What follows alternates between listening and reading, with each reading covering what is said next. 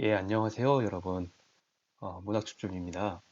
저는 여러분들이 살면서 놓치거나 또 흘리고 계시는 고전문학 작품들을 주어서 여러분들의 손에 쥐어드리는 역할을 할까 합니다.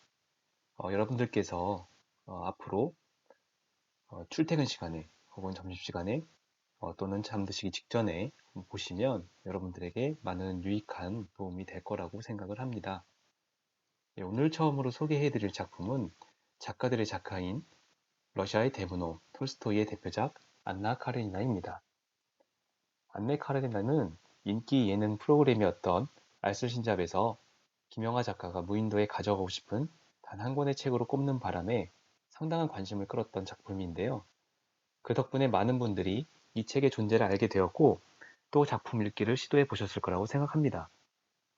하지만 대부분의 고전 문학 작품들이 그렇듯이 이 작품 역시 읽기가 그리 녹록한 작품은 아니라고 할 수 있겠습니다.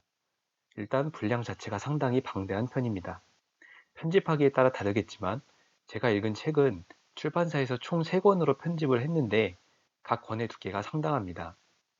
마음 먹고 읽는 것을 도전했다가 그 후덜덜한 분량에 주눅이 들어서 중간에 책을 덮더라도 누구나 이해할 수 있을 만한 그런 분량의 책입니다. 그럼에도 불구하고 이 책이 왜 그렇게 많은 작가들의 사랑을 받고 있는지는 읽어보시면 알 수 있을 거라고 생각합니다. 또 한 명의 러시아의 대문호인 도스토예프스키는 이 작품을 가리켜 완전 무결한 예술 작품이라고 평가하기도 했는데요. 그만큼 많은 작가들이 사랑하는 소설이기도 합니다. 그럼 지금부터 왜 안나 카레니나가 그토록 오랜 시간 동안 사람들에게 사랑을 받아왔는지를 같이 살펴보도록 하겠습니다. 먼저 이 책의 등장인물들을 소개하겠습니다. 이 책의 주인공이 안나 카레니나, 안나는 사실 유부녀입니다. 그의 남편의 이름은 알렉세이 알렉산드로비치라는 러시아 상류층의 남자고요. 작중에서 두 사람의 나이 차이가 꽤 있는 것으로 나옵니다. 이 두 사람 사이에는 아들 하나가 있는데 이름을 알류사라고 합니다. 그리고 안나에게는 스테판 아르카시치라는 친정 오빠가 있고요. 돌리라는 올케도 있습니다.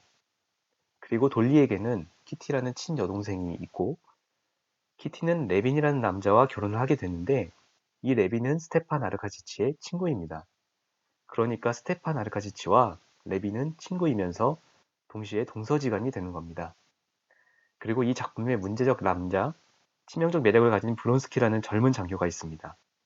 이렇게 7명이 안나 카레니나의 주요 인물들입니다. 그럼 이제 이 작품의 주요 줄거리를 소개해 보겠습니다. 이 책은 안나 카레니나의 법칙이라고 불리는 굉장히 유명한 문장으로 시작합니다. 바로 행복한 가정은 모두 비슷한 이유로 행복하지만 불행한 가정은 저마다 다른 이유로 불행하다라는 문장인데요. 이 문장은 이 작품을 관통하는 핵심 메시지이면서 앞으로 벌어질 사건들의 복선과도 같은 역할을 합니다. 이 소설은 안나 카레니나의 오빠인 스테판 아르카시치가 가정교사와 바람이 난 사건으로 시작합니다. 스테판의 아내인 돌리가 이 사실을 알게 되고 두 사람의 가정은 파경을 맞게 되는데요. 이 사실을 안 안나는 오빠의 가정을 되살리기 위해 돌리를 찾아갑니다. 차갑게 식어있던 돌리의 마음은 안나의 간절하고 진정 어린 설득으로 녹아내리게 되고 남편의 외도를 용서하는 마음까지 가지게 됩니다. 목적을 달성한 안나는 자신의 집으로 되돌아가기 위해 기차역으로 향하는데 그곳에서 안나는 브론스키와 운명적인 만남을 하게 됩니다. 이 첫 만남에서 총각이었던 브론스키는 안나를 보고 한눈에 반하게 되지만 안나는 유부녀이기 때문에 당연히 크게 마음을 쓰지는 않았죠. 한편 돌리의 동생인 키티라는 아가씨는 마음속으로 브론스키를 짝사랑하고 있었고 스테판의 친구인 레비는 키티를 짝사랑하고 있습니다. 키티는 레빈의 청혼을 거절하고 낙심한 레빈은 시골로 낙향하게 되죠. 이들의 애정전선이 불꽃을 튀기는 계기는 한 무도회에서였습니다. 무도회에서 브룬스키는 키티에게는 별다른 관심을 두지 않은 채 너무나도 아름다운 안나에게 반하게 되었고 그 뒤로 끊임없는 애정 공세를 펼치죠. 안나는 처음에 브룬스키의 애정 공세를 거절하지만 결국은 그에게 넘어가고 맙니다. 한동안 브룬스키와의 위험한 미래를 계속하던 안나는 남편인 알렉세이 알렉산드로비치와 아들을 떠나 동거를 합니다. 안나는 남편에게 이혼을 요구하지만 남편은 그 요구를 받아들이지 않죠. 유책 배우자인 아내가 자신에게 이혼을 요구할 권리가 없기도 하거니와 완벽주의자인 남편에게 있어서 이온이라는 바람직하지 못한 이력을 가지고 싶지는 않은 것이죠. 한편 브론스키를 사랑했던 키티는 자신을 순수하게 사랑했던 레빈의 사랑이 얼마나 소중한지를 뒤늦게 깨닫고 그와 결혼하게 됩니다. 시간은 흐르고 흘러 안나는 브론스키와의 사이에서 아이까지 가지게 되지만 사정은 전혀 나아진 것이 없습니다. 남편과는 깨끗하게 이혼하지도 못했고 아들 알료샤가 보고 싶지만 볼 수 없으며 설상가상으로 그녀는 브론스키의 사랑이 변하고 있다며 의심하게 되죠. 사실 브론스키의 안나를 향한 사랑은 변함이 없는데 안나에게 남은 것이라곤 브론스키의 사랑 하나뿐이었기 때문에 강하게 집착하게 되는 것이죠. 안나는 브론스키의 마음이 변했다고 판단하고 자신의 죽음으로 그의 변심을 징벌하려고 합니다. 결국 그녀는 역으로 들어온 기차에 몸을 던져 비참하게 삶을 마감하고 맙니다. 한편 레빈과 키티는 자식까지 낳고 행복하게 살아가는 모습을 보여주며 작품은 마무리됩니다. 이제 지극히 주관적인 감상평을 말씀드리고자 하는데요. 어디까지나 개인적인 생각이기 때문에 바라기로는 많은 구독자분들께서 댓글로 감상평을 많이 공유해 주셨으면 합니다. 먼저 심리묘사에 대한 이 작품의 탁월성입니다.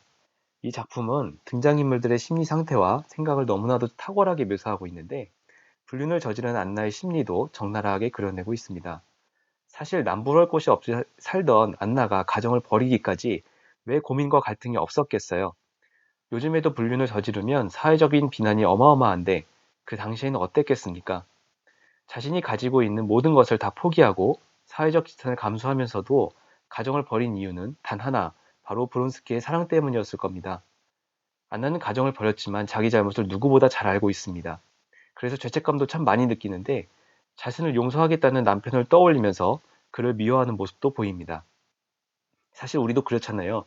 자기 잘못을 누구보다 잘 알고 있어서 죄책감을 느끼면서도 누군가가 그걸 지적한다든지 죄책감을 떠올리게 하는 무언가를 싫어하고 회피하려고 하죠. 이 작품은 자기 잘못에 대한 인간의 이중적인 태도를 너무나도 잘 그려내고 있습니다. 둘째로 안나가 자살을 택할 수밖에 없는 이유를 생각해 보고 싶은데요. 아까 말씀드린 바와 같이 브론스키를 따라 나선 후 안나에게는 브론스키의 사랑이 전부였던 것 같습니다. 그래서 그녀는 자신의 전부가 된 브론스키의 사랑이 변하거나 사라질까봐 노심초사하는 모습을 보이죠. 실제로 브론스키의 사랑은 변한 점이 없음에도 불구하고 사소한 언행으로도 브론스키의 마음을 판단하려고 합니다. 브론스키는 자신이 여전히 안나를 사랑하고 있음을 끊임없이 이야기하지만 안나는 그 말은 믿지 않습니다. 결국 그녀는 변심한 브론스키를 별주겠다는 일념으로 달리는 기차에 몸을 던지게 되죠. 무엇보다 자신의 행복을 추구했던 안나는 어느 순간 브론스키에게 의존하는 모습을 보이는데요.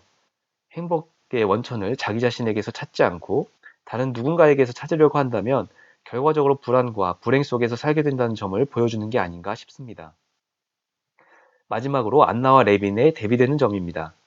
작품 속에 등장하는 레빈은 잘난 형제들과 잘난 친구들 사이에서 무언가 모르게 열등감을 느끼고 위축되는 캐릭터입니다. 그래서 키티가 마침내 자신의 마음을 받아주었을 때 나 같은 사람을 키티가? 라고 생각하며 쉽게 믿지 못하기도 하는데요. 레빈은 키티와 결혼하고 나서도 자신감을 빠르게 회복하지는 못하는 모습을 보여줍니다. 레빈 역시 안나와 마찬가지로 인생의 허무함을 느끼는 와중에서 안나와는 달리 새로운 희망을 찾아냅니다.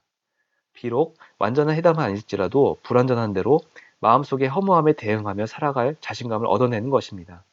안나 역시 레빈처럼 살아갈 희망을 찾아냈다면 이런 극단적인 선택을 안 하지 않았을까 하는 생각이 듭니다. 네, 여기까지 안나 카레니나 죽주비였는데요. 안나 카레니나는 여러분께서 꼭 한번 전체를 읽어보셨으면 하는 마음입니다. 과연 레빈이 찾아낸 새로운 삶의 희망이 무엇인지도 알아보셨으면 좋겠고요. 독자를 압도할 만한 어마어마한 분량에도 불구하고 생각보다 쉽게 술술 읽히게 만드는 톨스토이의 필력 또한 느끼실 수 있으면 좋겠습니다. 지금까지 문학축주비였습니다. 다시 다른 영상으로 또 만나 뵙겠습니다.